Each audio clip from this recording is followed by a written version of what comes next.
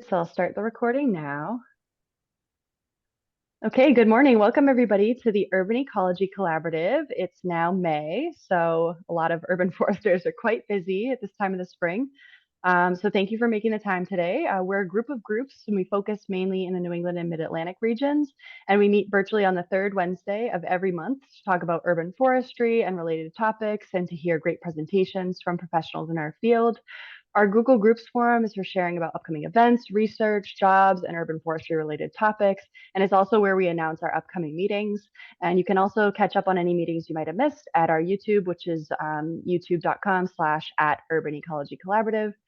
And we do like to start these meetings by asking if there are any announcements that people want to make. So you can feel free to introduce yourself in the chat, give your name, your organization, and where you're calling in from. And we also will give some time for anybody with any announcements they want to make to the group right now to give some announcements, and then we'll hear from our presenters, and then we'll have a discussion afterwards. So any community announcements? I see Becky's hand. Hey, Becky, go ahead. Hi, I'm Becky. I work at American Forests, planting, caring for trees all over the US. My announcement that I'll also follow up with an email. My colleagues are putting together not a comprehensive list, but an idea of who is contract growing around the entire United States. So if you are contract growing, if you want to send me a message, I'll put my email, but if you also just want to send me a private message in the chat or just put it in the chat, we're helping Bloomberg charities come up with a list because they're trying to get some contract growing in Europe. So if you have suggestions, let me know. Thanks. That's awesome. Very cool, Becky. That's a really cool topic. I don't think we've discussed contract growing at the UEC before. So that would be great to get a follow-up email about that and send it out to the group. Any other community announcements that people want to make before we hear from our wonderful presenter?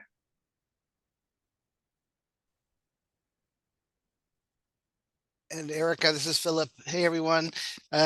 Just wanted to share that on this topic of contract growing, I'll put it in the chat. We have a scheduled webinar on that topic next month. So that will be on June 12th. I'll put the link in the chat. Thank you, Becky. Thanks all. Awesome. Thanks so much, Phil. That's great. That's so awesome to hear that that topic is coming up. Kind of, I guess, maybe related to that is just the Northeast Seed Network effort. I think I've sent the link out a couple times. It seems to be kind of an interesting conversation in New England, but also like there's some Canadian, like Eastern Canada representation on that group, and they're doing some evaluations of nursery suppliers and things like that. I don't think contract growing has been like the main focus of that group, but they might like to hear about these as well. So when you all send those follow-ups, I'll make sure if they don't know about it already, which they probably do, I'll make sure they get those too. So that's awesome to hear about. I have, I think, one update just from Massachusetts, Boston area. We recently met with Erica Smith Fitchman, I think. I always mess up her last name, so sorry, Erica, if you're watching this.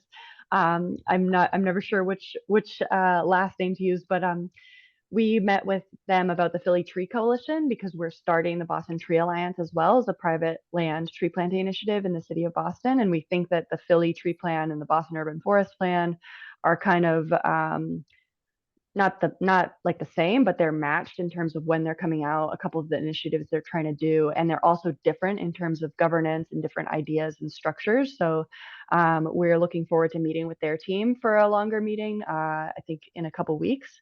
So it's just exciting to be a part of this group and to share across different practitioners, like what's working and what we can learn from each other rather than reinventing the wheel. And so with that, any other community announcements before we introduce our speaker?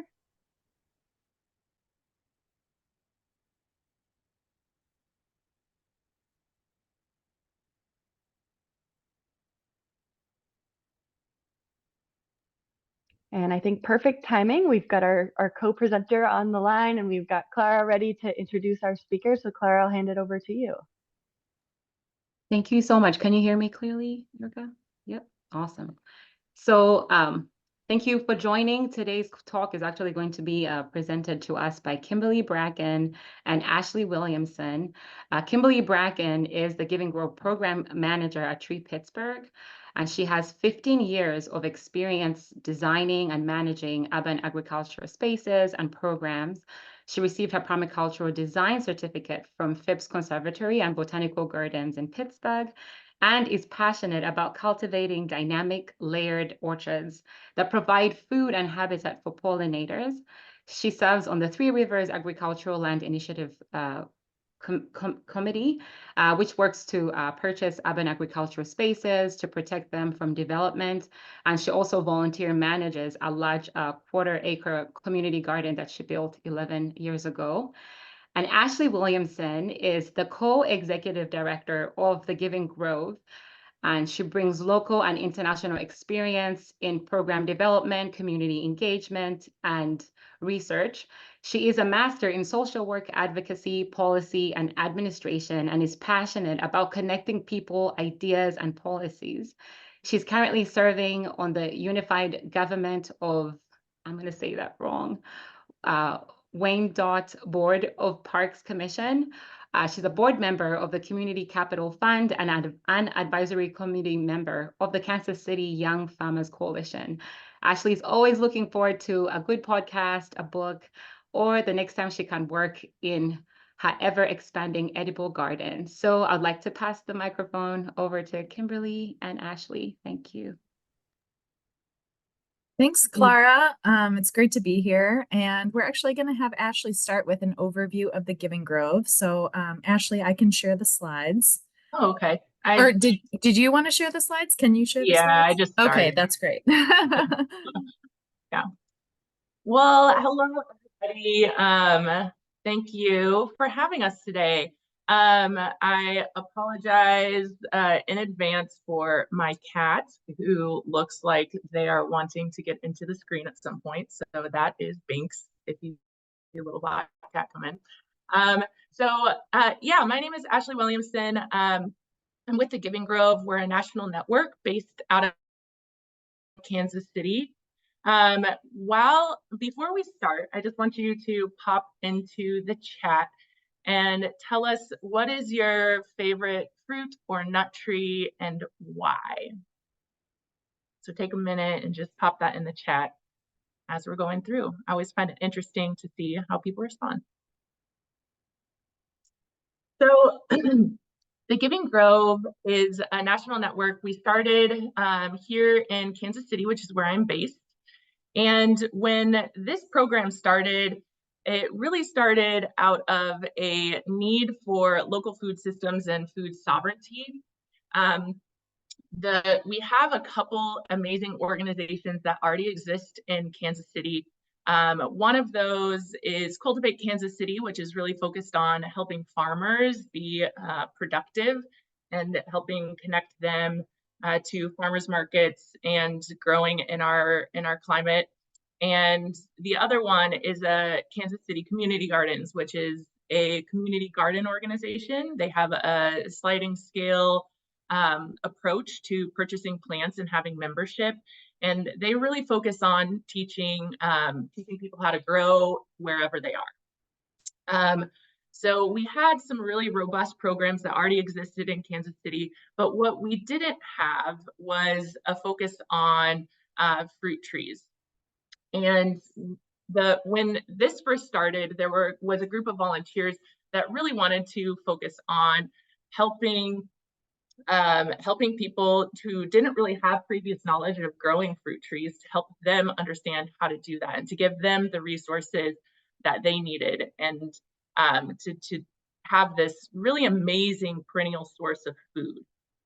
So they ended up partnering with Kansas City Community Gardens and became a program of Kansas City Community Gardens. And they connected with them, with the program that already existed, to help people start to install fruit trees. And what I have here on this slide, this is some of the original tenets of what we wanted to do. So the Giving Grove approach is to always be invited into a neighborhood. There's never going to be an orchard planted where we think it's good. It's always going to be collaborative, and it's always going to be wanted by the group that surrounds it. So invited to a neighborhood is the very first rule of thumb, and that's something that we never stray from. A variety of sites. So there, we started as a perennial source of food. We started as a kind of a food-focused organization, but what we found is people want trees and want to interact with trees and fruit trees for a variety of different reasons. So we have 25% of our sites are at schools. We have partnerships with food pantries. We have partnerships with health facilities. I know a lot of, as a social worker, I know a lot of therapists that use the sites for various reasons, rehabilitation centers, and then community gardens. It's a great way to add an extra layer to your community garden. And then there's also abandoned lots or spaces that were previously uncared for that people wanted to add a little mini park to. So we have a variety of sites. And then the other important thing is our volunteer orchard stewards. These are people from the surrounding neighborhood that care about their neighborhood, that want to take care of this resource. So when I talk about the orchards that we have, which is now over 500 in our national network across all of our cities, these are their assets, their sites. We help them take care of their sites. And if anything happens, we can come in and help with that transition. So these volunteer orchard stewards are really important. We focus a lot of our education and support on them. And they're the ones that are taking care and maintaining these spaces day to day. We have a holistic care regime that we use. So we try to stay away from harsh chemicals. We really love, if any of you are familiar with the late Michael Phillips, he had some great ways of taking care of trees holistically.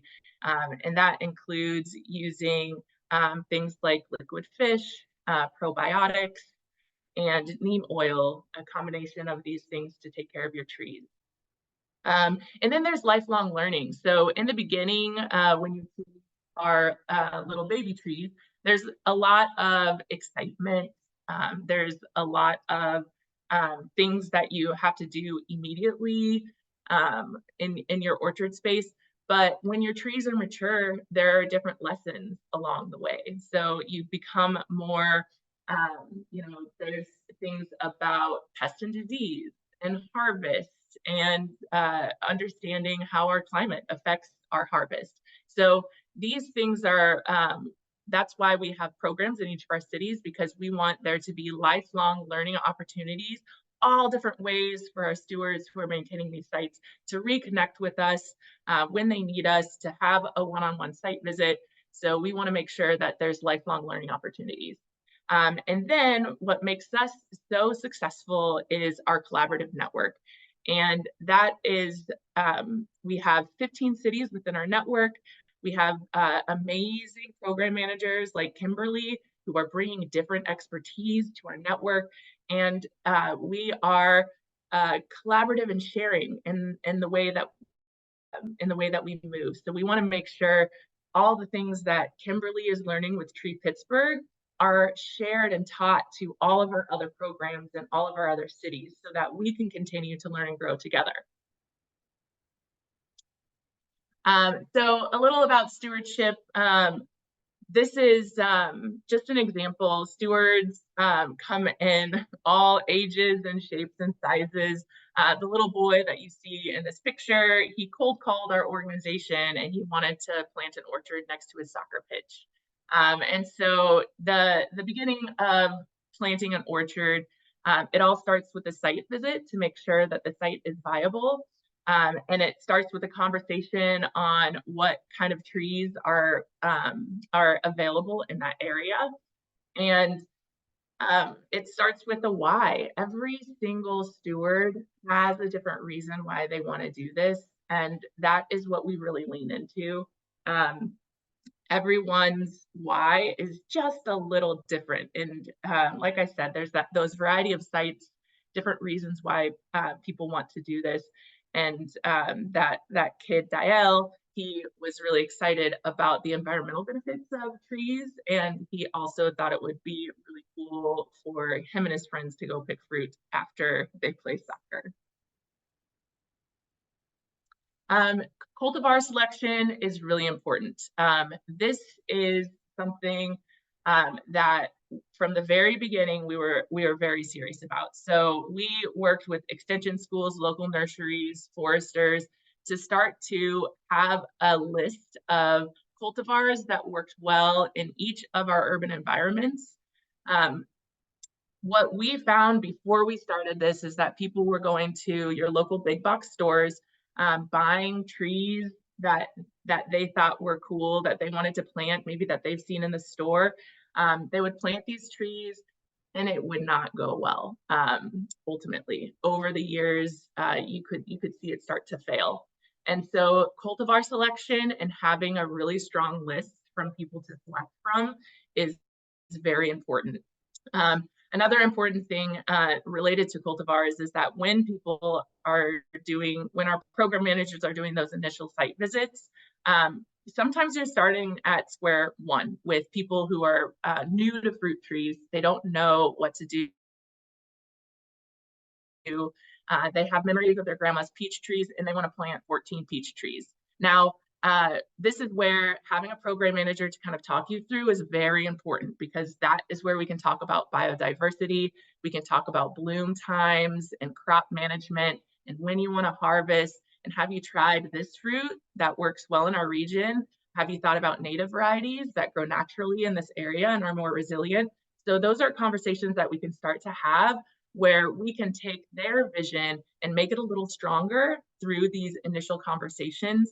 And we know that the cultivars that we select have been selected for their rootstock and for the variety that works in a regionally specific way.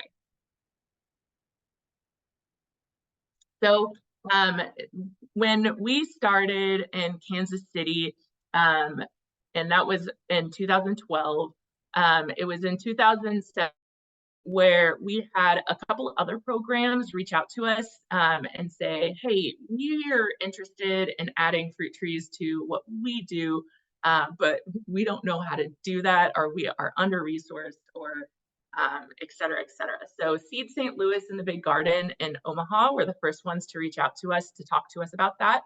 And that's when our organization became a national organization.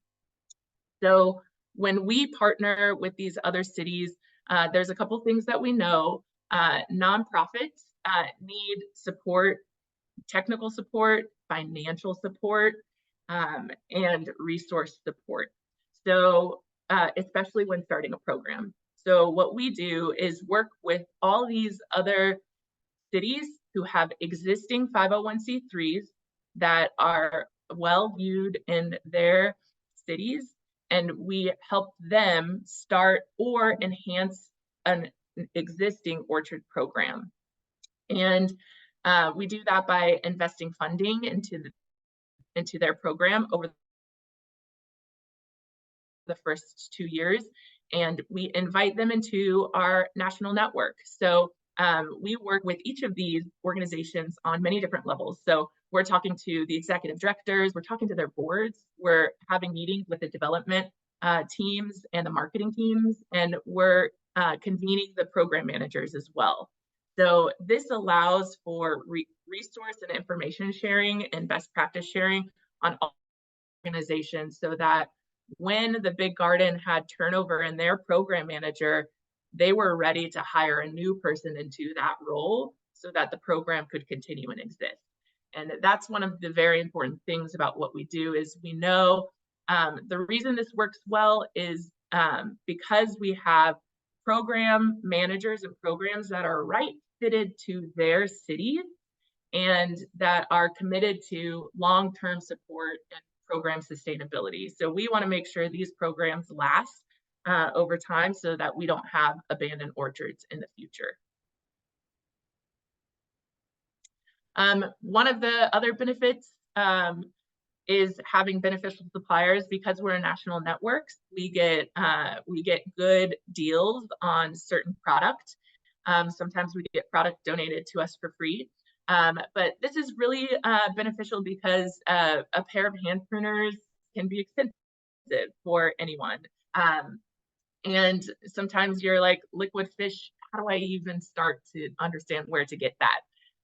So we've got a liquid fish supplier, we've got a probiotic supplier, we have things like limb spreaders and pole pickers. It's like a little orchard shop, one-stop shop for our program managers to order from twice a year.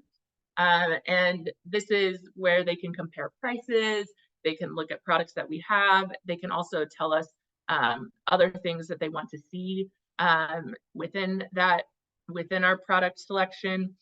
So this is one of the other benefits of being part of our national network. One of the things that we make sure with our suppliers, we always want to make sure that they're following environmentally sound practices, and so there is scrutiny in how we decide who to partner with. Collaborative support and funding.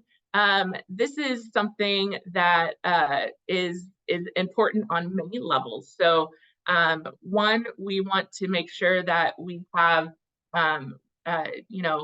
we're sharing grant language on how to apply for a grant for not only installing orchards, but for paying stewards, for exploring different ideas, for adding native varieties underneath your trees. So there's a lot of collaborative conversations and even collaborative funding that happens between organizations where they're going in on grants together in their region to support their programs.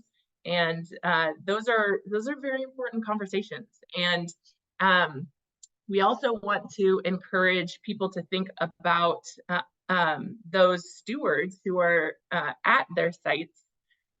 How can they have access to funding, and how can they raise money for their own orchard space? And so there's also some community engagement conversations. We have some good relationships with different corporations. We have relationships with sports teams like Kansas City Current, which little brag, Kansas City now has the only stadium in the world that was specifically built for a women's soccer team. And they love the Giving Grove and they support us.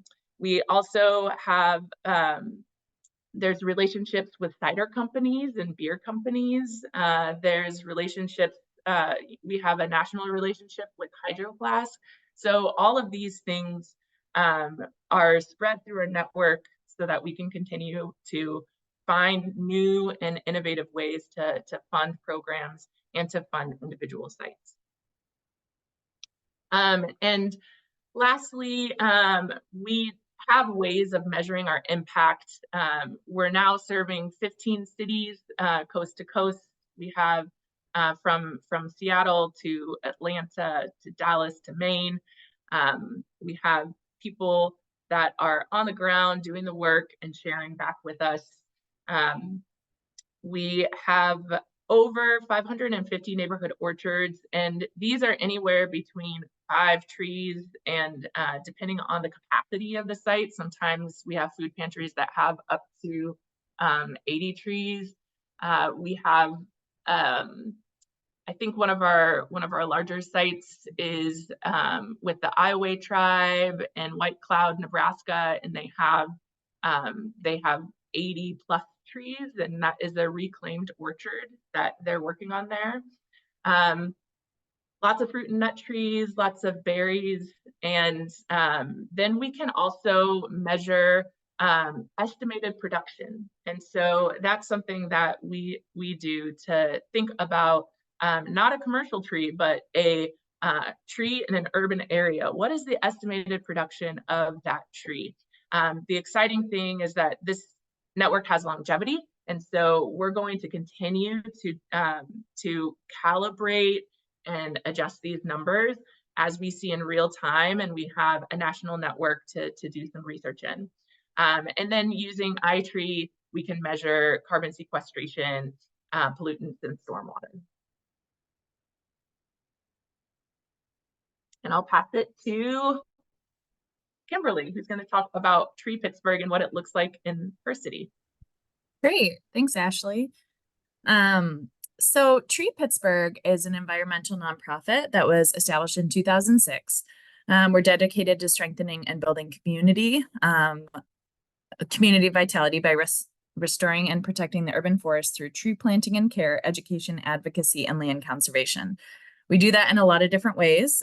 We have a lot of really robust programs that we run as part of Tree Pittsburgh. We have a tree adoption program where we donate thousands of trees for people's backyards. There's a whole variety that they can choose from, and we run that in spring and fall. We have a lot of educational programming. We do on-site programming. We have a really beautiful campus right on the river in Pittsburgh, and we can host events there. We can host educational opportunities there, but we also go out into the community and we will do pop-up programming like tree ID walks and youth programming. Tree planting and reforestation. We maintain a lot of the trees that we plant. We go around, we water them. We work with volunteers to prune and mulch them every year. In fact, we have about 7,000 volunteers that we work with. That includes 2,200 tree tenders. Part of our educational programming is we train people on how to plant and maintain trees.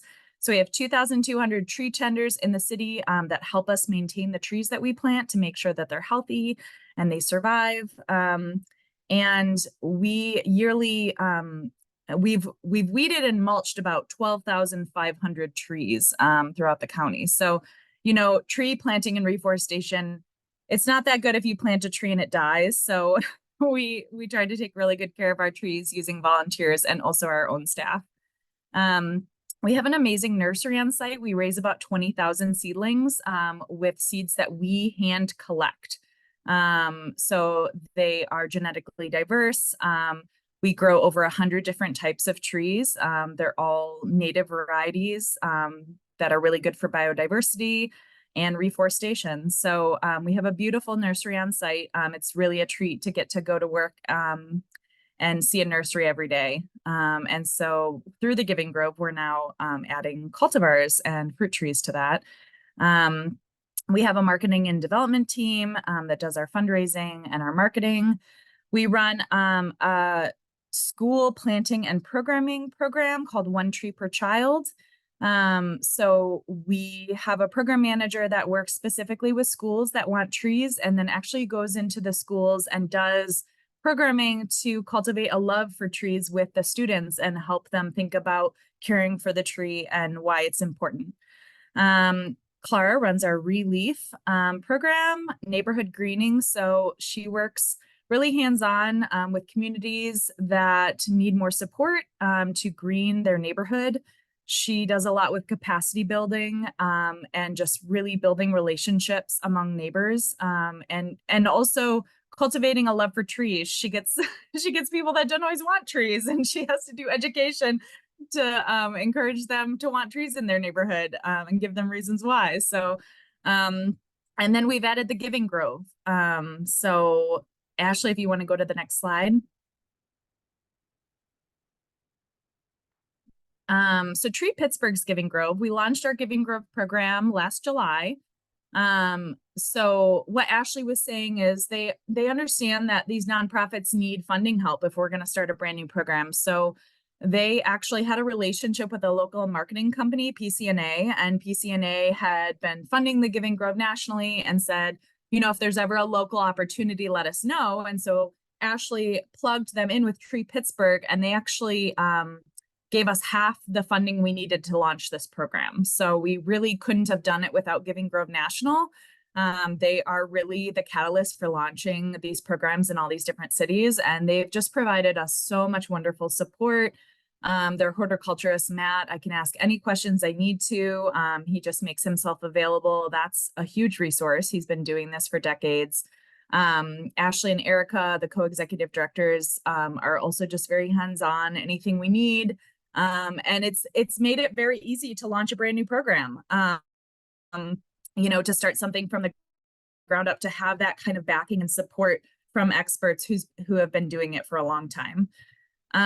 So we jumped right in. We started in July. I had a bit of a scavenger hunt looking for disease and pest resistant fruit trees at local nurseries, because when you order fruit trees, a lot of times it's a spring shipment of bare roots. And since we were in July, that wasn't an option.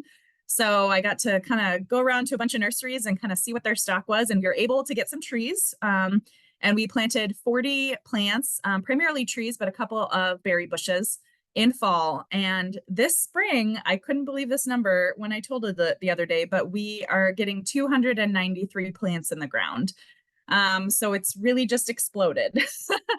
And we have 30 sites on the list moving forward, which we won't even be able to do this fall. It's just too many, but we're just going to try to do as many as we can with our capacity. We've got a pretty tight-knit team, that works really hard, and we'll see what we can do this fall. So, and then we also work with existing orchards. So one of the first tasks that I had as program manager was to identify all the existing orchards in Pittsburgh. Now, if you Google orchard, there's not a real clear definition. So talking with Ashley, we said, maybe it's 3 fruit or nut trees, right? That's like a little orchard would be 3 trees. And that's kind of how we use the definition. So I worked with our land trust. I worked with our urban ag organization, Grow Pittsburgh, and I created a spreadsheet and just sent it out to everybody I could think of that might know of an existing orchard. So we found 42 of them, existing community farms, community gardens, little pocket orchards someone did, nonprofits that had orchards. And so we have brought them into the fold and invited them to all of our events. I've done site visits. I've taught them pruning. So, we really want to support the existing orchards. And as Ashley said, some of these, someone got inspired, went to Home Depot, bought a bunch of fruit trees, and they have a lot of disease because they're not a cultivar that is very disease resistant. So, unfortunately, these orchards sometimes have an uphill battle because the selection of the cultivar just wasn't considered. They just didn't know. Which is, just also speaks to why this program is so important. If we want people to successfully grow organic fruit, the selection of the cultivar is huge. So we do a lot of education on that as well for new orchards. And we only source disease and pest resistant cultivars for that reason, for the new orchards to choose from. We host 2 workshops per season. Last fall, we did a harvest preservation workshop. We have this awesome team in Pittsburgh, homegrown, hand gathered. And they actually did a little presentation on local nuts. So I saw some hickory come up in the chat earlier as a favorite nut. I tried shagbark hickory for the first time and it blew my mind. It was like a more delicious pecan. So in Tree Pittsburgh, we actually plant shagbark hickory. And so, yeah, we did we learned about local nuts and the nuts that we can grow in our region. And then we also did canning of apples that I had collected with a local cider company that's on my advisory committee. So we had a ton of apples. We learned how to can apples. I saw Phil said homegrown, hand gathered. Awesome. Yeah. So this is a plug for them. They're phenomenal educators. If you want to learn anything about growing your own food or foraging, you can find them on Instagram, homegrown, hand gathered. They've become really good friends of our program.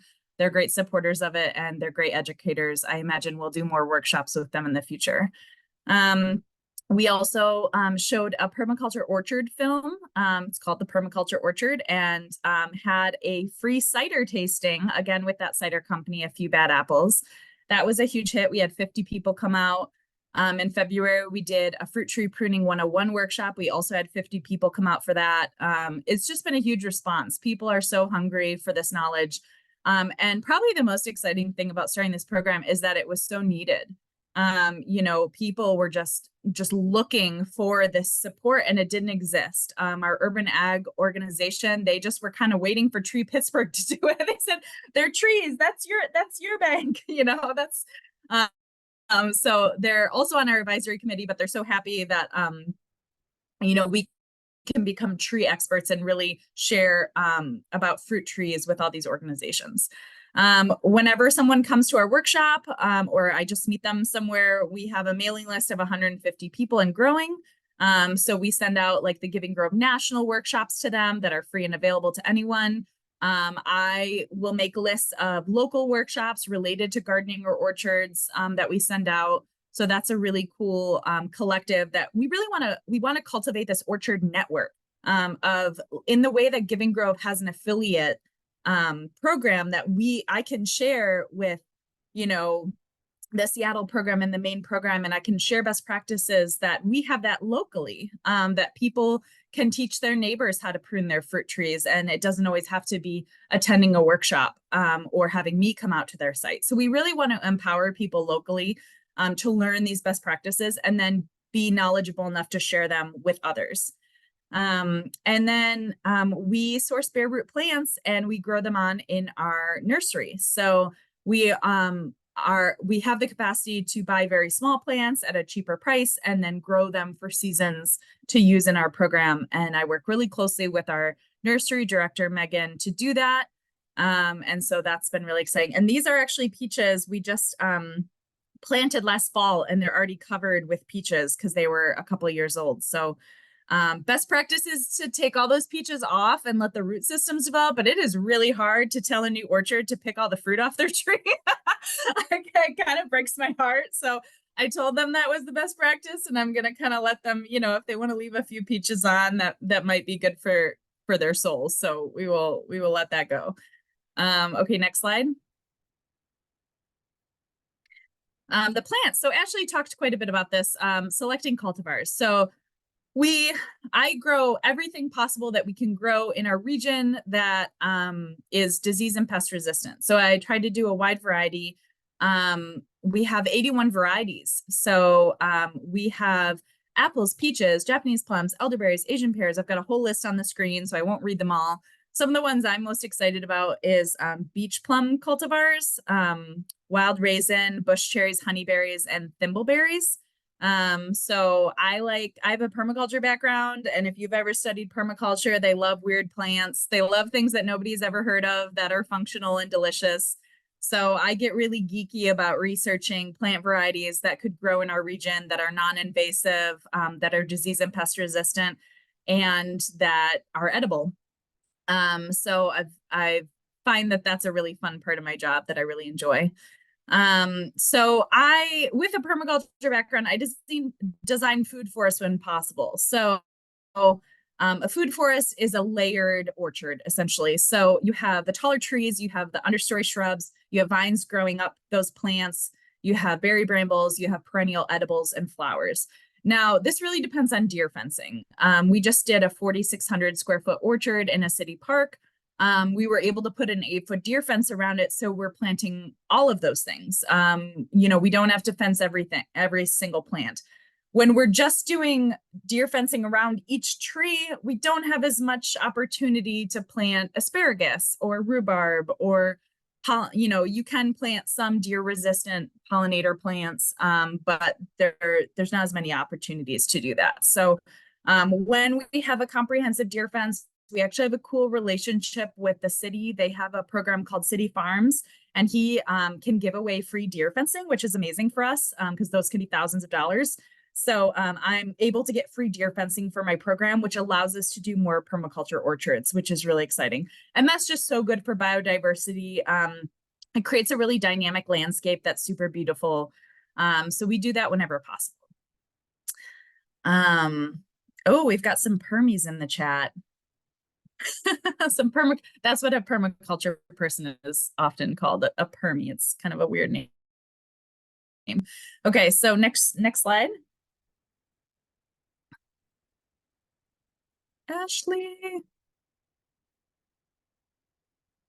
Ashley, can you advance the slides? Oh, we must have lost her for a minute. I am frozen. Okay. Okay, where we plant. Ashley also touched a little bit about this. There's really a variety of sites. So at our local chapter in True Pittsburgh, we do schools, churches.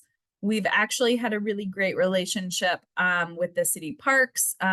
So we've planted 3 of the 4 major city parks in Pittsburgh. Lots of community gardens, lots of community farms. So our criteria that is based on giving growth criteria is any publicly accessible space that is not threatened by development. So that's definitely a conversation. If it's just a city lot, I'll talk about this next, but we work closely with city forestry. And what we do is we will say, we're looking at this lot, it's city owned. What can you find out from planning? And they'll go to city planning and they'll kind of clear it for us. They'll say, yeah, there's no development slated for that. And they can move it into the land bank to help protect it from future development so that we can keep it a green space. And then in my bio, Clara mentioned I'm on this committee that's our local land trust, Allegheny Land Trust, and our urban agriculture organization. If you don't have this program in your city, I highly recommend trying to create it because it is a dream to work with. So the land trust and the urban ag organization got together and said, we're going to buy up agricultural spaces to protect them so they never get built on. And so I'm on this committee where we just have money from donors from the land trust that we can just purchase community gardens. So they will be a garden forever. And if the garden goes defunct, then it will remain a green space. That's just kind of in the bylaws of Allegheny Land Trust and anything they own. So anyway, it's really cool because if we plant an orchard on a publicly owned property, on a city property, once that orchard is established, it only takes 2 or 3 years of being established with community support that Trolley could purchase it. So it really gives us resources to protect new spaces that we're doing that, you know, a nonprofit might not have the buying power to purchase that space. So anyway, we try to look for spaces that are not threatened by development. Most fruit likes full sun, water on site. Oh, I put 3 stewards. Sorry, that's 2 stewards. Has 2 stewards and safe soil. So we work with a couple of different entities that can do soil testing for us. And we always want to make sure it's safe soil. So this is Hilltop Urban Farm. We just put in 30 plants. It was a group of high school seniors. They just slayed. They were amazing. They were super into it. They were naming all the trees that they planted. They were hauling buckets of water up and down the hill. They were great. So we put in pawpaws, Asian and Europe pears, bush cherries, raspberries, honeyberries, and sweet and sour cherries there. Next slide. So working with forestry, this is maybe the highlight of what, you know, I'd like to share today, seeing as most of you are foresters. So Clara invited me to a meeting, a biweekly meeting that she has with the city forestry team. So that has been huge for me just to have that direct pipeline for any forestry questions. You know, they said, if you're going to plant on city property, please run those plans by us so we can approve them, so we can make sure that they're good to go. They really support our program. So it's just been easy to work with them. They're very responsive. They love what we're doing. So maybe that's not the case in your city and we can talk about it later, but that's what I get to work with. So that's been really, really awesome. So for example, we just planted Southside Park and we put these blueberries right along this stairwell so that they're really easy to harvest. And there's just like a hedge of blueberries, and city forestry is like, you know, we got to make sure that the maintenance team isn't weed whacking those. Like if the weeds come up right along the staircase, they're going to weed whack those blueberries. And we have fences around them, but you know, that kind of feedback, they know how their city spaces are maintained and they want our plants to thrive. So they're going to give us feedback on how to design our orchards so that that's possible. So we often do site visits. If it's like a city park planting, they'll come and check it out. We had a tree, we had an elm overhanging the new orchard we did in one of the city parks. And I just thought in 10 years, if this drops branches, it's going to destroy half the orchard. So we had a pretty tight turnaround, but city forestry actually took that tree down for us in time for our planting. It's just amazing that they support our program so much. And it's really a dream to work with. We get city planting permits on any city property, again, just to make sure that they're okay with the planting. And, you know, something that was really big for us this year is we were going to plant a bunch of ribes. We were going to plant gooseberry and jostaberry and currants. And I was really excited about this. I kind of put them into all my orchards. They're great understory plants. They're edible. and when I went to order all these plants, I was talking with our nursery director because she wants to keep really strict regulation on what comes into the nursery. Obviously, for disease purposes, they have over 100 different types of trees, lots of diseases, and fruit trees can get a lot of pests and diseases. So my trees are actually quarantined in a different hoop house. They don't get to go by the other trees. And she just said, we've never allowed rabies into this nursery because of white pine blister rust. She said, we grow white pine. It's one of our only remaining conifers in Pennsylvania. This is not something I'm comfortable with. And so I talked to a forester and they said, well, I don't know that that's a big issue. And she talked to a couple of foresters and they said, yeah, that really is an issue. And, if somebody was planting, I have community gardens that plant gooseberry. They're planting 2 or 3 plants. For my program, I'd be planting hundreds, over the next couple of years. That's a big difference. So if somebody, I think black currants are technically illegal in Pennsylvania. Gooseberries and other currants are not, red and white and pink. But so it was a hard conversation, right? I'm so excited about these edibles. And she said, these foresters, we're going to go with their guidance. And we are a tree company. So if we were an urban agriculture company, maybe the decision would be different, right? I kind of hope it wouldn't. I hope that they would default to the trees. In some ways, they have a much bigger environmental impact, a tree than a gooseberry, right? It's providing so many more benefits to the environment than a small bush. So I would hope we would default to those white pines. We are a tree company, so that was our decision. So I'm not planting any ribes. It caused me to dive into other edibles like silver buffalo berry, and aronia cultivars and beach plums. I wasn't going to plant beach plums, but I wanted other understory edibles. So that's just an example of how much I think, it's a best practice for these giving growth programs to develop a really close relationship with foresters for this exact reason. We want to protect the trees. As a tree company, we just decided that was the most responsible path. So we just do not purchase or supply any ribes. I think that's my last slide, Ashley. So we have about 9 minutes if we want to go to the next slide. And we have some questions for you all. Yeah, go ahead. Before we go on, I'm loving the chat, what people are saying. So make sure you're checking that out. This is Kimberly and Tree Pittsburgh story is just one example of why it's so important that these are place-based programs, and that why collaboration and communication is so important within each of our programs. Even that example of,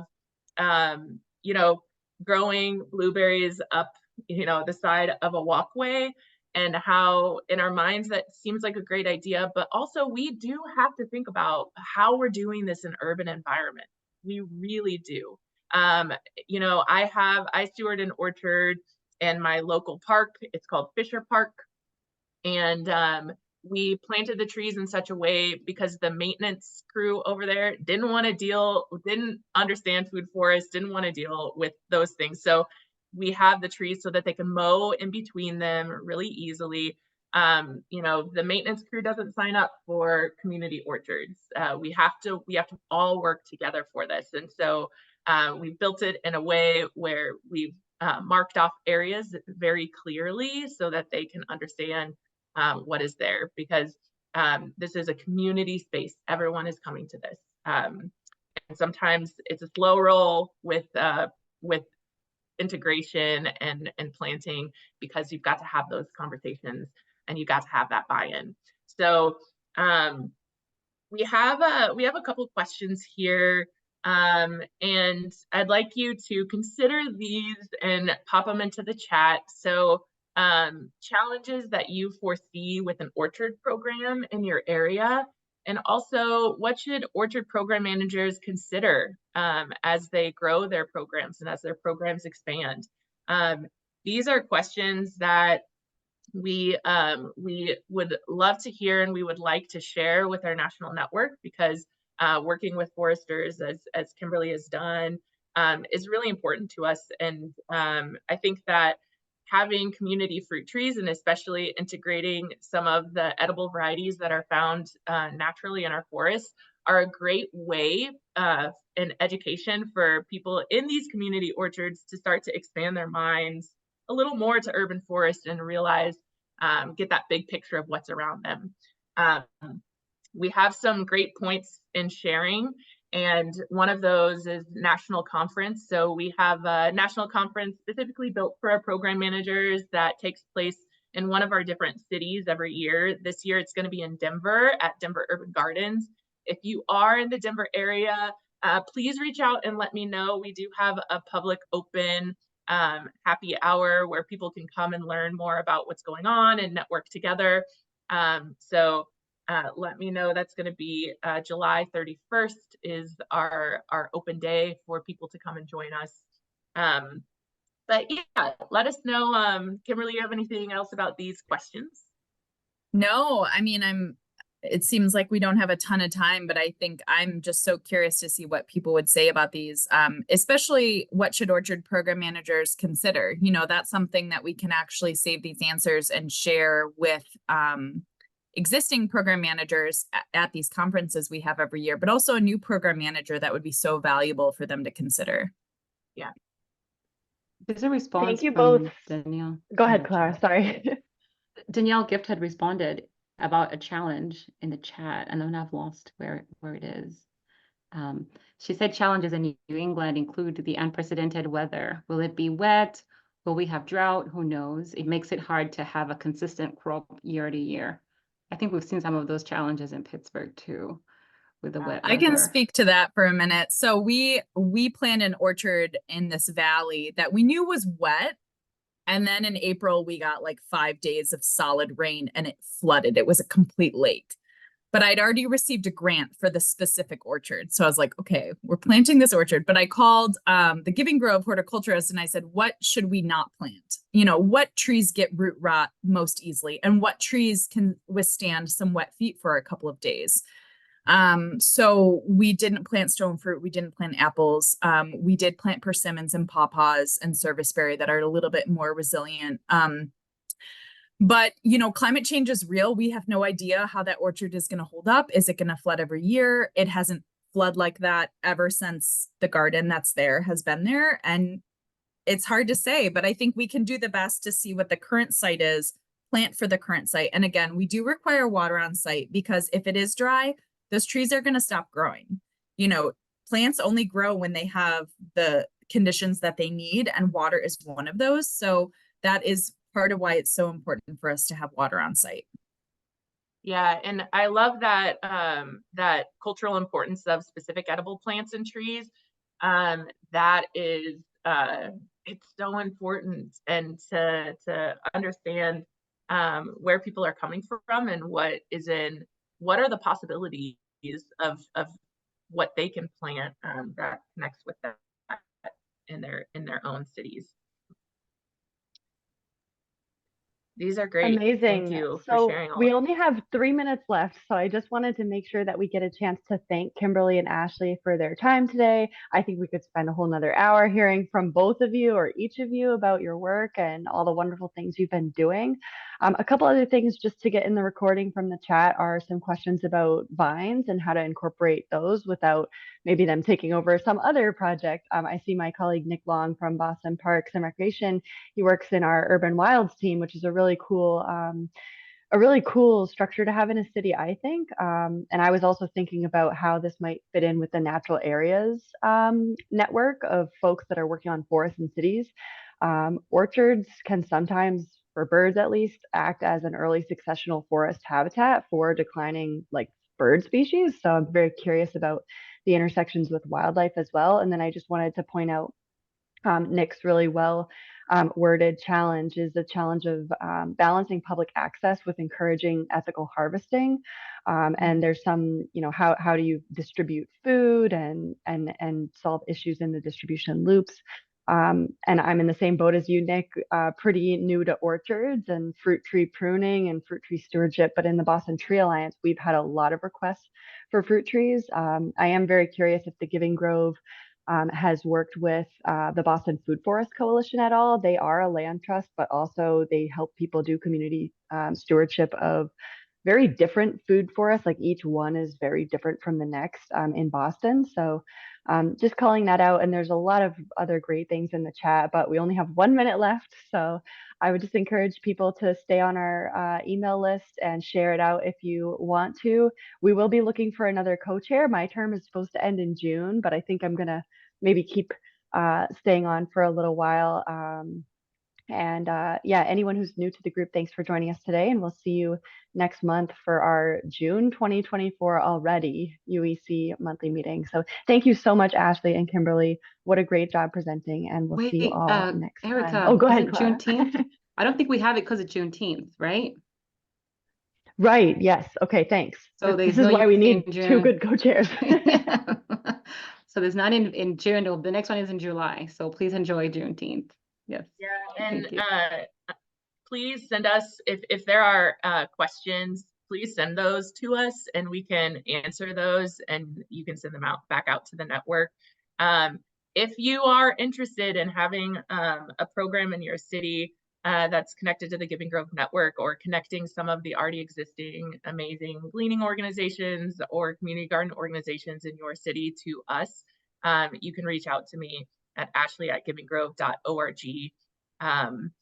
Yeah, we again, collaboration is our friend. That's how we lift each other up and make sure that we're not missing things.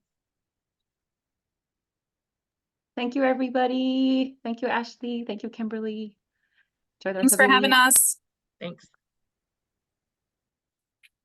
Bye now. Thanks all.